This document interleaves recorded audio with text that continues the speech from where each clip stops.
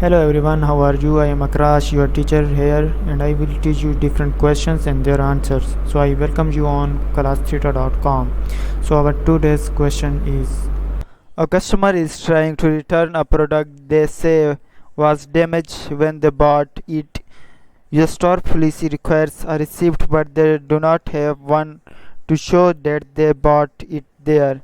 What would you be most and least likely to do? Pick one of each.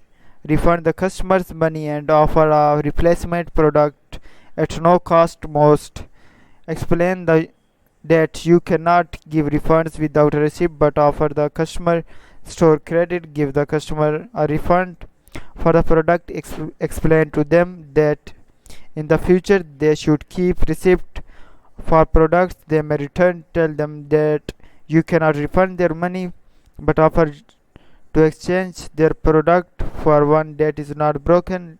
LEAS, and the answer of the question is most likely explain that you cannot give refunds without a receipt but offer the customer store credit. This option aligns with store policy while still providing an alternative solution to the customer. Least likely give the customer refund for the product. Explain to them that in the future they should give receipts for products they may return. This option goes against the policy as refunds typically require proof of purchase and could set a precedent of future similar situations.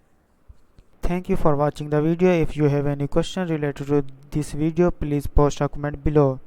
If you have any question in your mind, you can also post on the website and I will be answering you in the next video. Thank you for engaging with us. Until next video, bye bye.